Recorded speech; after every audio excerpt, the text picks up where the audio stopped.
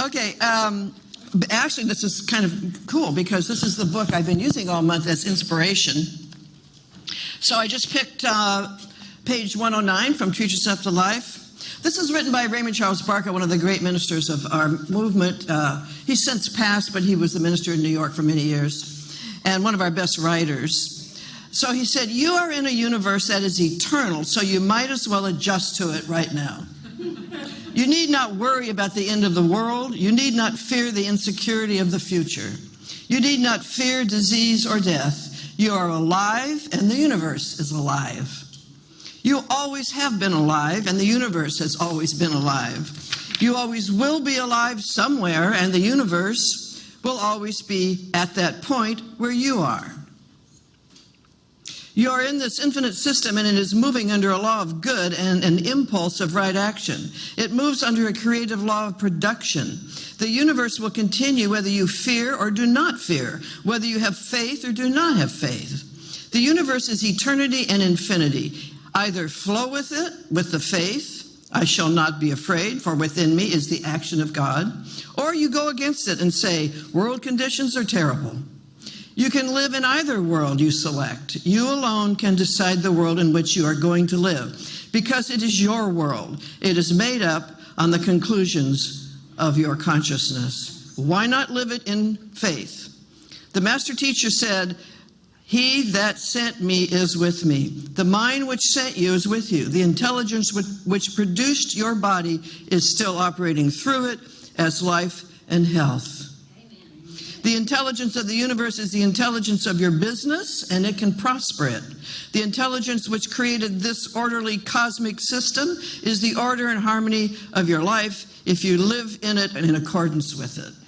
So that's what we're all about here, is learning how to live in accord with nature, in accord with natural law. The discovery of these natural laws is probably the most profound thing that's ever happened to me. I think any one of us, it is life-changing to know that there is a power for good operating in this universe, and it's invisible, but it's everywhere present. And that which we see is it in action, which would be you, right? It would be you and me. So this little book, it's a classic. We teach it in class. Has been around a long time, but it really states it very clearly. Almost anybody would welcome it. If a friend of yours has ever asked you, what could I read that would tell me about your teaching? Tell them about that book, Treat Yourself to Life. So in our science of mind, spirituality, which is more a way of living in the world than it is, it's not a preaching, it's a teaching, and it's a how-to, it's a practical teaching, how to live in the world so that we're not done in by it. And that's what the master teacher Jesus said, be in the world but not of it. That's what he means, you know. It's okay to be here with all of its pleasures and its pains and its joys and its sorrows, but don't be done in by it. Realize it's all temporary. Everything we're looking at is the past. You know, like when you look at the stars, they're not even there anymore, some of them, because it takes so long for the light to travel here. Well, it's the same thing with everything that we're seeing in the world. That's the past. It's the temporary manifestation of some old ideas we had collectively and individually. Therefore, it's powerless to reproduce itself unless we keep those ideas alive, right? That's the beauty part of this. Change your mind, change your life. So the root of our problems in life are connected to how we see the universe, which is what he was talking about in that passage. See the universe as an aliveness, and that you are in it, like the bubble to the ocean. So the adjustment has to be made in perception. Perception is everything. You know, I know almost all of us have a pair of glasses, either sunglasses or reading glasses, or don't we all have a pair of glasses? Have you ever gotten smudges on them? You can still see, but not clearly. You know, and if you're driving, it's a real problem because you can't clean them up while you're driving. So your perception's way off. You have a limited perception. Most of the people walking around on planet Earth have a limited perception of where they are, what this is, and how to navigate in it, and how to interact with this invisible power that the world has been calling God forever. So we become more aware of the smudge than what's actually happening within us. Now, it can be cleansed. So can the mind. Our human emotions need to be cleansed from time to time. on a regular basis. So we don't see clearly when we're really angry or when we're really afraid or when we're in sadness or resignation. We're not seeing things clearly. It limits our sense of personal power.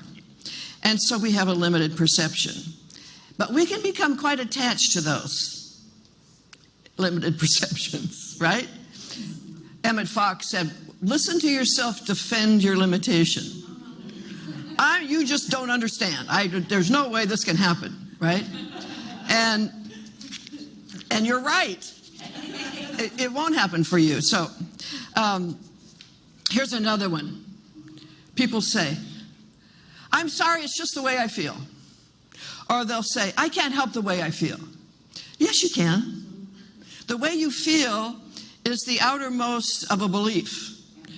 A feeling, and I'm not talking about feelings that are spiritual, like love, joy, peace, oneness. Those are feelings, but emotions have beliefs attached to them. So you believe something, and then you have an emotion that goes with it. It's an energy. It's the energy around the belief. Change the belief, the emotion goes away. All right? So you can change the way you feel about things. So we give ourselves a spiritual mind treatment. That's what I did at the top. It's a very ingenious discovery that Ernest Holmes made, largely through the work of Thomas Troward and some others, but he put it together in this really logical, sequential movement of mind from the wholeness to the part. And the part would be the particularized self that we are, the perception that we are, comes through us, right? So anyone can learn how to do it. It's turning the mind back to what is true and not what appears to be. See, all of us are very susceptible to believing that what appears to be is the only reality, and that we're kind of stuck with it, or it's dependent on what other people do or what the world does. The great liberator is the knowledge that everything we see is the temporary manifestation of old ideas. That is really something to contemplate. I remember a long time ago when I was first in this teaching, I was having a conversation, a philosophical conversation with my teacher, one of my teachers. And we were talking about how what we see are the ashes of a fire that was inside but has already burned out. It's gone. It's temporary. I can't stress that enough. Whether it's a body condition, a business problem, a bank account, whatever it is old stuff and is renewable, right? So say it out loud. Everything in my life is up for renewal. Why not? Right? There's aliveness here. Not deadness, aliveness. So we're made to be change. We're meant to be change makers. As Gandhi said, be the change you wish to see in the world, right? Hopi natives said, we are the ones we've been waiting for. That's so true, right? Okay, so we're meant to be change makers, but we can only begin with ourselves. So in this book, he said about creating world peace. Anybody interested in world peace? If every person would live in peace with their own family, with the people in their own neighborhood, they would be a true peacemaker. Peace, like fear, begins and ends in our own consciousness. It's just true. We can't get away from this. What we're thinking, doing, feeling, and how we're treating other people, we are contributing to the pool of human collective experience, our shared reality, whether it's peace or conflict. So peace is an example, but it could be love. It could be joy or vitality or plenty, prosperity, abundance. If we're not alive with them, how will we ever perceive them anywhere? It's a smudge. You can't see it if you're not living it. You can't see it if you're not living it. Say that out loud. I can't see it if I'm not living it. You didn't like that one so much, did you? Okay, so sometimes I feel we do ourselves a disservice in this teaching by talking about healing and transformation. It sounds so dramatic, right? But what did the ancients say? Be transformed by the renewing of your mind, not your pancreas, not your government, your mind. Be transformed by the renewing of the mind. Man, that's just good stuff. So it's not about, about changing our mind and nothing else. So think of something in your life right now that feels limiting. We all have stuff. Okay? What would change your mind about it? What would it take for you to have a different experience of that? Just let yourself sit with these questions over time next week. What would cause you to see there are an infinite number of possibilities inherent in that situation? All kinds of different things could happen. What would it take for you to be cheerfully expectant of great good in the midst of challenge? See, the world says, oh, you'd be a dumb little Pollyanna. That's exactly what we want to be, because you can know too much about the world. And we need to know everything about the unseen world that creates the world. That's what we need to know about. So, do we want to be fearfully anticipating the worst case, or do we want to be cheerfully expectant of good? We know, right? What would it take? It'll take a change of mind of some kind. Something has to shift in our mental atmosphere. Now, having said that, it tweaked something that Ernest Holmes said. He said, it's your mental atmosphere that counts. Don't worry about every singular thought. Don't get afraid of your own mind, because that's what happens when people start studying this. They start thinking about every thought that's going to come to pass, and oh my God, I shouldn't have had that one. He said, it's the atmosphere you walk around in. Like Pigpen with his dust cloud, only we'd walk around in a light, right? It's the atmosphere of our thought. It's our tendency of thought. It's the way we're more likely to think that really matters. So what would it take to change would be something so true that it would awaken our own spiritual knowledge. And we do have it. You know, we have an innate knowing about this. We're born with it. I call it spiritual DNA. And everybody has it. That's why you recognize it when you hear it. You know, there's an old saying, the mind knows the truth when it hears it. Right? Exactly. There's no doubt. You go, oh, yeah, right, yeah. It's no doubt, okay? So we would never desire anything more than we already have if we did not have some inner awareness that it pre-exists us and that it lives in us. And when I say more, I don't mean more, I mean a higher level. Yeah, because we all have enough of everything in our life, but if there's a higher level to live with it, then we can express it more, right? Circulate it more. Okay, so we've talked this month about treating ourselves to happiness, health, love, wealth, all of which are contained in life. Life abundantly lived from a spiritual perspective. That's really what it is. And most people do not have this knowledge, and it needs to be more available to people. We need to take this out so people can find it in Bakersfield. Do you agree with that? Yes. Okay. This is an aside, but it's relevant. In the past 2 weeks, we have been broken into twice here. The person, the first week, pushed through the French doors because they weren't secured properly, but now we fixed it. And he ate some food, and of course the alarm went off. And when that alarm goes off, you don't want to be in here. And he took off. The second time, both of these happened on Tuesdays when nobody was here. He broke a window, and which cost us $100 to fix. And he came in with the alarm going off and ate a can of ravioli. My heart went out to him. I wrote him a little note, put it on the window. But I understand you're hungry. That makes sense to steal food. But when you break a window and cause property damage, that's a crime. And we wish your life would get better, but this is not the way to do it. I'm going to leave him some food, pop-top cans, so that he can be. This is a human being who's desperately in need, okay? Knocking at our door. But more and more, I'm seeing the need to rethink where we need to be in the city. That to reach the most people, now we've had a lot of contention in here about moving, but I want us to revisit it just in mind. I'm not doing anything about it, just revisit the idea that there is a place for us to reach most people. There are a lot of people like you in this city that would love this teaching and they don't know it's here. To do the most good and be the most visible. We want to be a resource in this city. So I'm treating my own mind, not to make it happen. I don't treat that way. I don't treat to make something happen. I treat to change my mind about what could happen. And to know that regardless of any perception, there's a place for us that meets and serves our higher ideals, that grants us more freedom of expression, that is right now irresistibly attracting us. We are drawn to it. It is drawn to us. We don't know how it could happen, but it could. Do you agree that it could? Yeah. There can be, I know centers who've been given great money gifts and they went out and did something that just opened up the whole thing for them. It happens, but it happens in us first. We've got to let go of our attachment to place and get our mind on what we're about, what we are offering the world. It's important work. Okay? That's my soapbox. I'll stop. In this book, Raymond Charles Barker wrote, each time a negative appears in your mind, turn it out by saying, this kind of thinking is not right.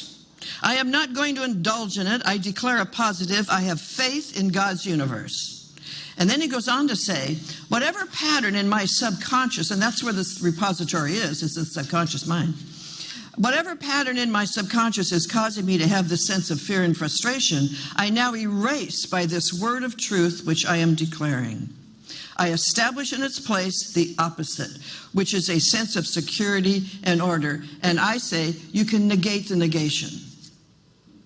And it's important that we do so. And this is the part, what really has to happen in us is the belief and feeling and awareness that the power that makes all things new is mind. And mind is infinite. And it's a field of possibility. And each one of us lives in that field. We're all in it together. So we must remain convinced that this is how things happen. Change comes through the avenue of consciousness. The avenue of consciousness. So there are just some examples of how we change our mind, which he gives in the book. He gives you a lot of things that you can just say out loud. No one can do it for us if we're not willing to be changed. So try this one. I am willing to be changed at depth. And then when you go home, say that again and add on the area of your life that you want to see some real shift in. Okay, I'm willing to be changed at depth about money. I'm willing to be changed at depth about relationships. Whatever it is. See, when someone comes to me for a spiritual mind treatment, I know they're willing or they wouldn't be sitting there in front of me. So I never question that. Of course they're willing. They wouldn't have made the appointment. They wouldn't have walked up the stairs, and they certainly wouldn't have picked me. They are willing, right? So we want to be willing to be changed at depth, however it comes through us. So let me ask you this. Are you willing to see the facts of your life as the byproduct of your consciousness? The collection of beliefs that you've been carrying around. Like Pigpen, the little atmosphere. Right? Are you willing to do that? If you can own it, that's called owning it, right? If you can own your part in it, you can change it. You're sitting in the power seat. It always begins with, okay, yes, I get it. That's what I've been doing. That's powerful. Most people are in denial. I had nothing to do with this. I would never create that. It's subconscious. So we deal with the conscious mind imbuing new ideas into the subconscious. That's how this all gets changed. All right, so if you can change the facts by asserting the truth, then life can be beautiful. The facts are temporary. The truth is eternal. So we're making mental adjustments, straightening out our thinking, replacing fear with trust and faith, and with less fear, there is more faith in the power of mind. So I'm going to close by reading something I wrote the other day. You know, when I write my daily Living Consciously blog, I often say to myself, oh, I should save this for Sunday, because I'm in a track of thinking about certain subject. But I'm not a person that does later at all. I don't save anything for later. So I'm going to read you what I wrote. Clearing the mind of any negative or limiting ideas is an impossibility on this plane of existence, according to Raymond Charles Barker in his wonderful book, Treat Yourself to Life. Having said that, we can, in any instant, negate the negation.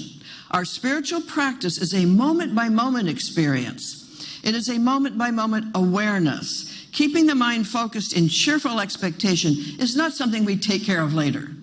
It's a right-now necessity. It's not just for Sunday morning. It's every moment, right? What stops most people from using their mind properly is the lack of knowledge regarding its creative powers.